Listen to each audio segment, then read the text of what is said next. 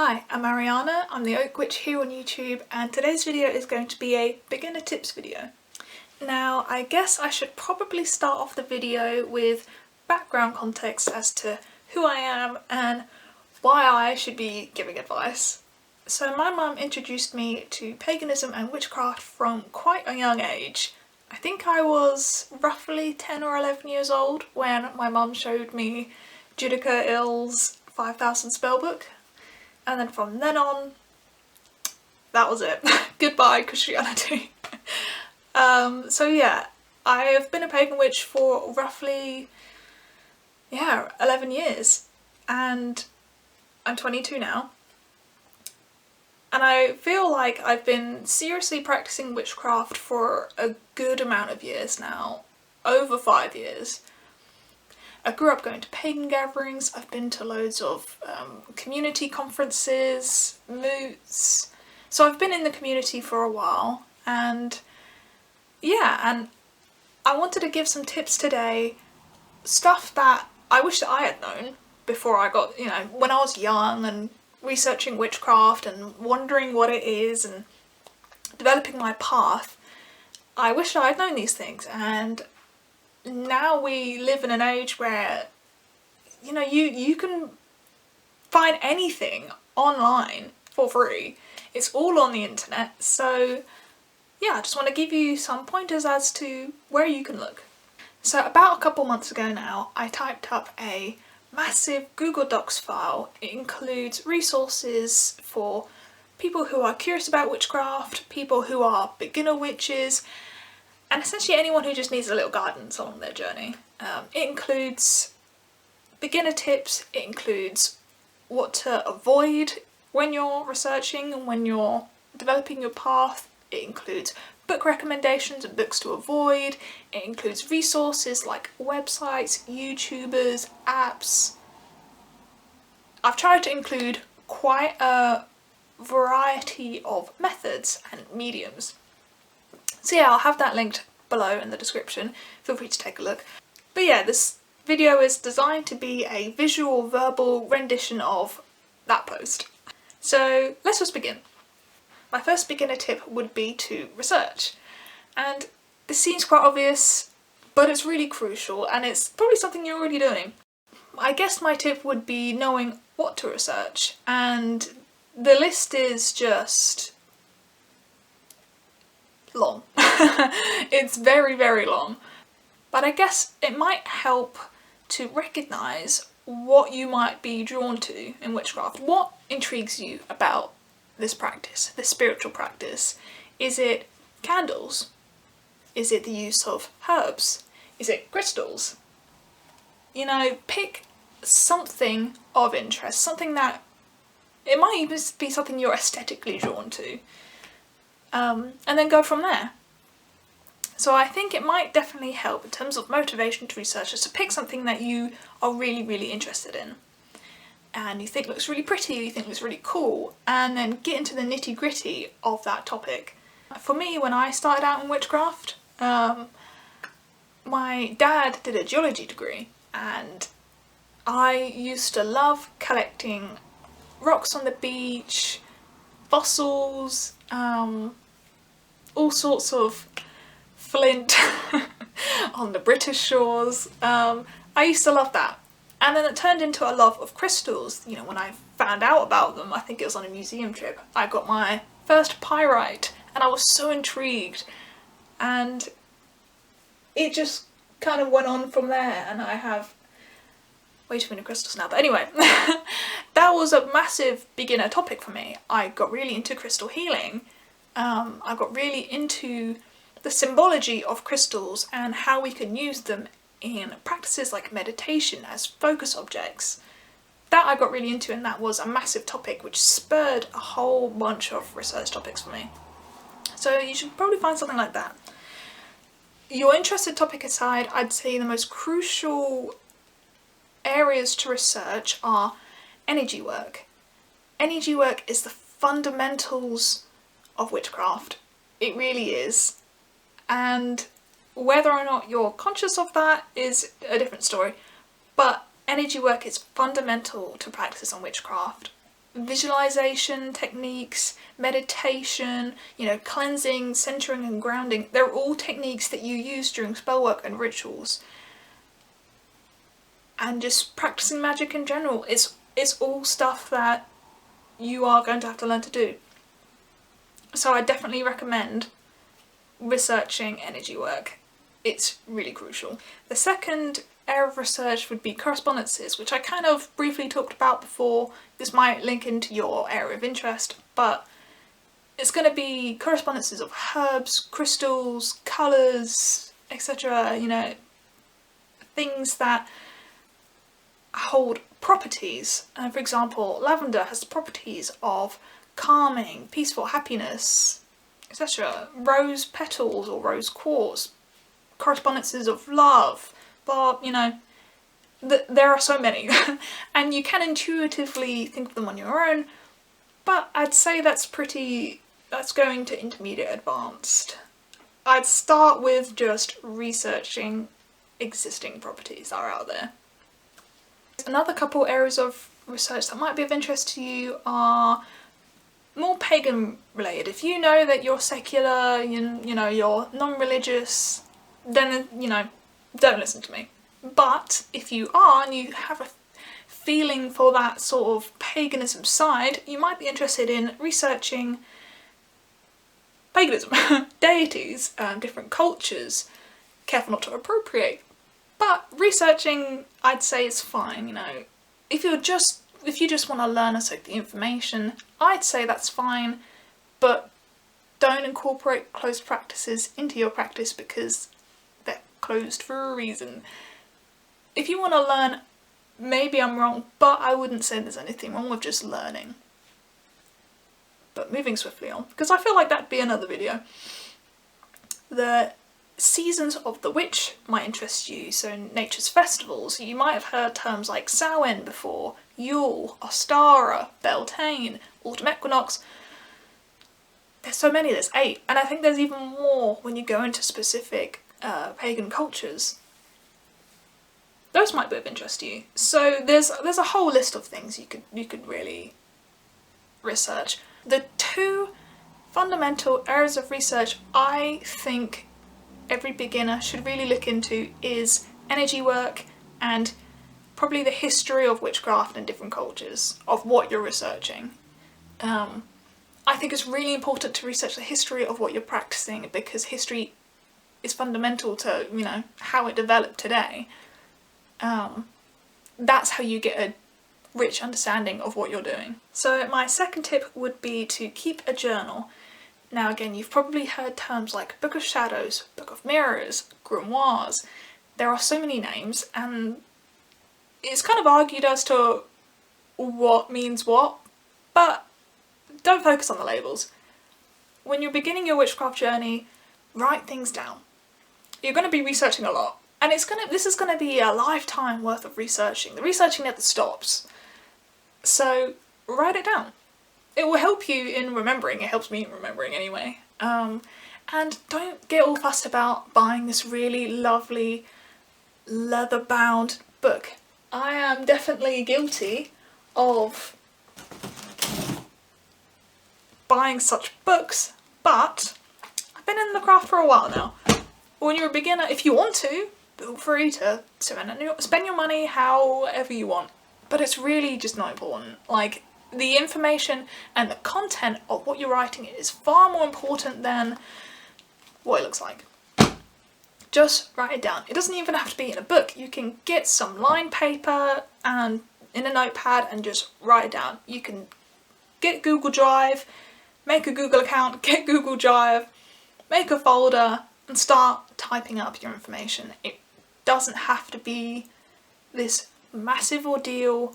I feel like the more you overthink it sometimes, the less you're inclined to do it. Just write things down. And don't worry about writing things down which you feel like you're not gonna always practice, because your craft will change over the years. Mine definitely has changed over the years, like a considerable amount, and I feel like I've still got a lot to learn. I've still got a lot to develop, so don't fret, just write. So my third tip is to read extensively. Now this probably seems really obvious since my first tip was to research, and obviously you need to read to do that. But by read extensively, I mean you have to think critically and critically evaluate what you're reading. So when you have a book, you gotta think about, does it have a bibliography? If so, then you know where they've sourced the information from. You know where you can go for further reading. You know that the content of the book is supported by other texts. You know that their information is reliable and trustworthy because they've referenced other material. Little things like, I guess, an index, will be useful in a book and shows that they're properly laying out the information that they have. It might be worth to research the author of what you're reading. Are they trustworthy? Are they writing about something they know about? You want to make sure that you're reading material from people who know what they're talking about. Critically evaluate what you're reading as well. When you finished a book, make a pros and cons list. Was this useful? Is this a useful addition to the area in which they're writing about? I know not everyone is obviously a college student or has been to college, but in universities, when you're writing essays and reports, you have to cite material from what other researchers or whoever in their field has written, and you need to compare material and you need to evaluate it and you need to cite it in your own studies. And the same as for witchcraft. You have to read a lot and you have to critically read. So in terms of reading material, I would say the best medium would be books. Now, it doesn't have to just be books. It could be articles, blog posts, whatever. But I would heavily emphasize to not use Tumblr posts, tweets, Pinterest pictures, Instagram posts as your main source of material or information. It's not reliable, it's not trustworthy, especially Pinterest. You just don't know where the information is coming from. So I just don't use them. If you're if you're getting towards your intermediate witchcraft and or above, you already know the information about a topic, I'd say it's okay to still use them and gain inspiration from. So for example, if you see a post that's like, bay leaves are really good for telekinesis, and this is a really comical example, I know, but the principle stands that if you see a tweet about that, you're not going to take it at just that tweet. You're gonna have to Google bay leaves properties, maybe buy a herbal book, look up bay leaves. You have to research what you're reading. You have to sort of question everything in a way.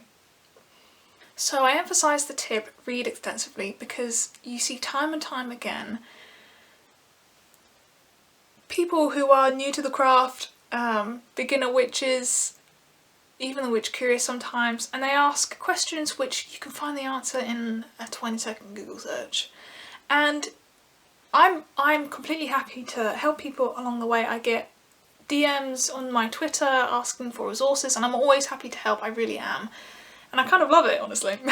But in witchcraft, you shouldn't expect people to tell you all the answers. You just shouldn't, because people aren't. If you can find a mentor, then that's amazing. I don't emphasise the tip because I think it's quite hard to find a mentor, honestly. People are all on their own paths, and there's this whole sort of predator culture, and there's this whole idea of abuse, and I just wouldn't ever want to emphasise it so much and then people find themselves in a really bad position. And I know that might be an extreme example, but my point is, Not everyone can find a good mentor, so I don't emphasise it. But if you can find one, that's great. But other than that, I would still say don't expect other people to tell you everything, because people won't. And even then, if you're always relying on other people's information and other people's knowledge of witchcraft, then is that knowledge your own? If you're just completely copying someone else's brain thoughts, and then I don't know, I feel like you need to use that intuition, and that is what I mean by read extensively. My fourth tip, I think this is fourth, is to, this might be a bit, I don't really see a lot of people say this, but don't look at spell work if you're a beginner. And I mean this because if you haven't looked at energy work and you're going straight into spell work, then you won't know how to do the spell. You know? And I know this is really hypocritical because, like I said, I got into witchcraft by my mum showing me that 5,000 spell book, which I'm sure a lot of witches know what I'm talking about. But it's easy to get really carried away with spells, and they're amazing. You know, spells are great, I love spellcrafting, but they're it's quite serious. You know, it's quite a you have to be practiced and you have to know what you're doing, because there are consequences to actions to practicing magic.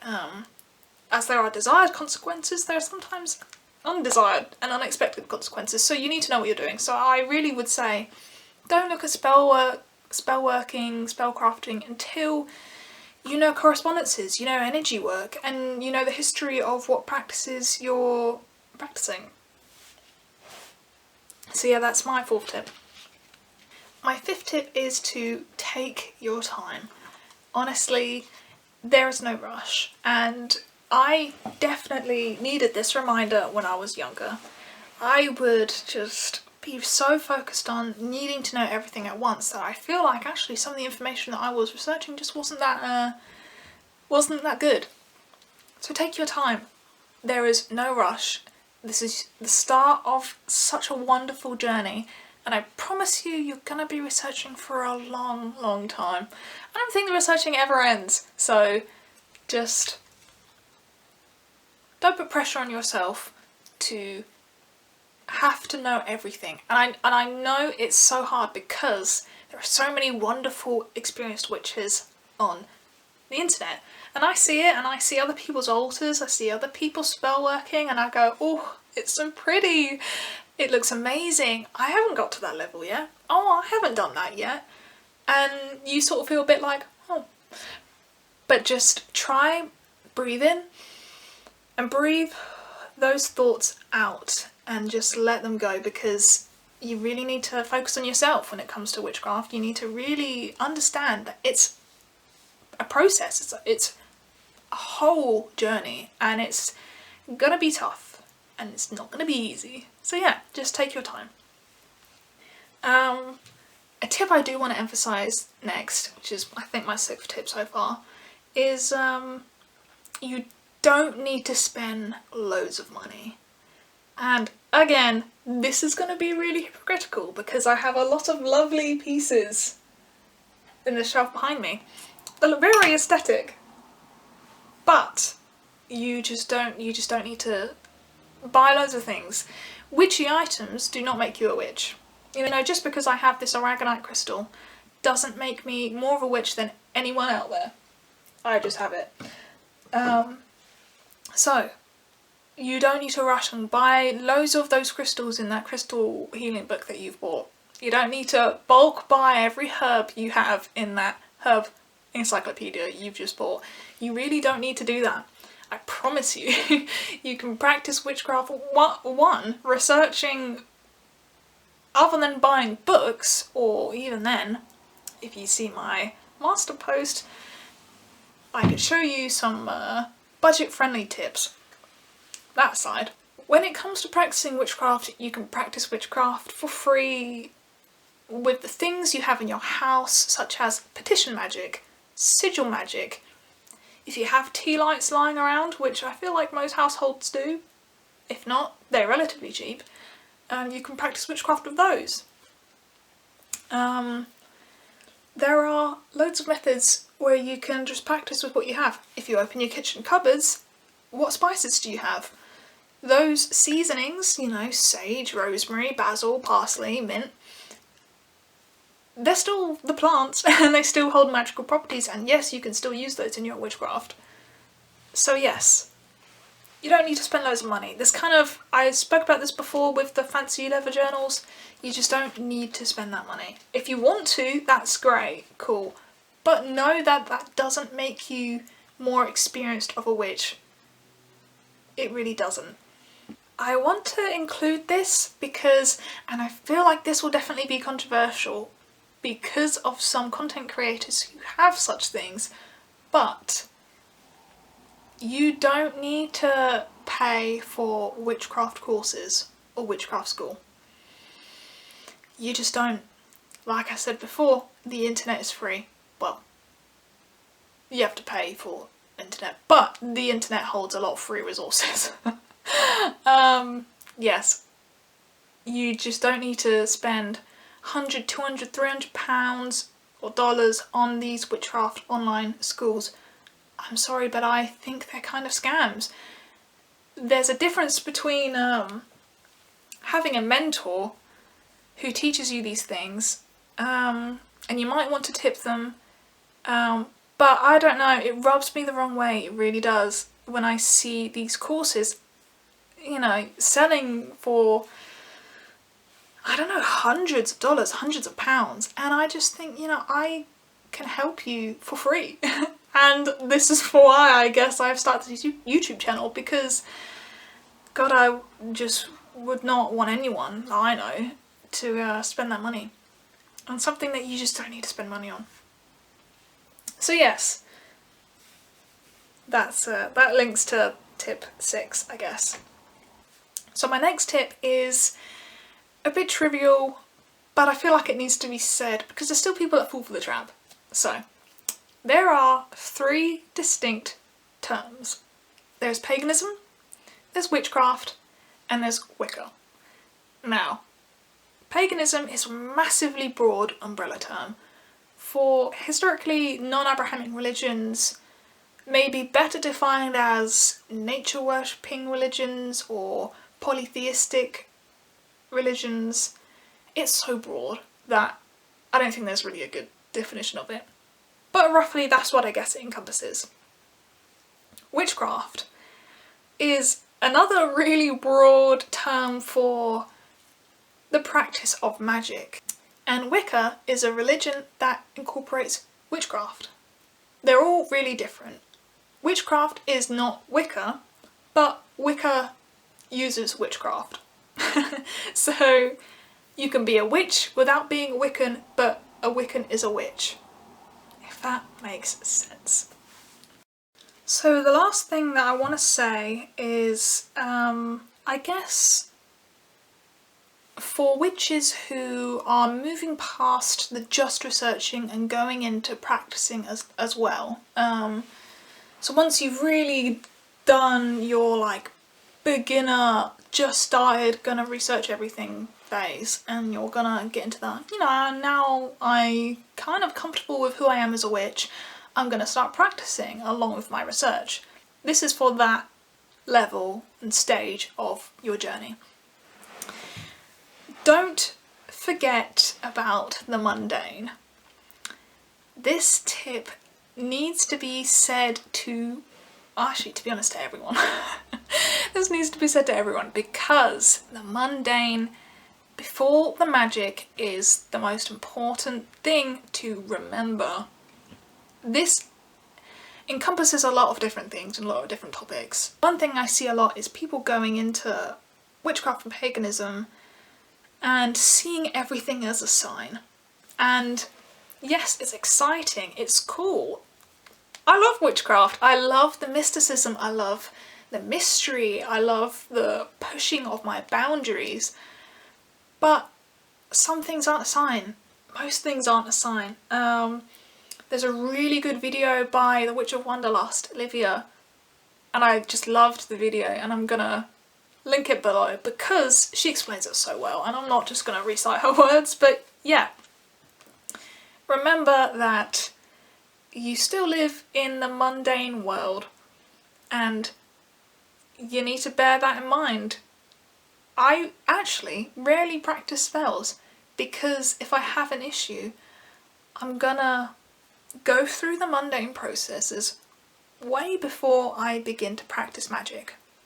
Spell work is called spell work for a reason, and I'm kind of stealing that from Temperance Orden, who I'll link below, but it's not just about intention, and yes, intention is key to your practices and spell working, but if you're not following through with the work, then nothing will happen.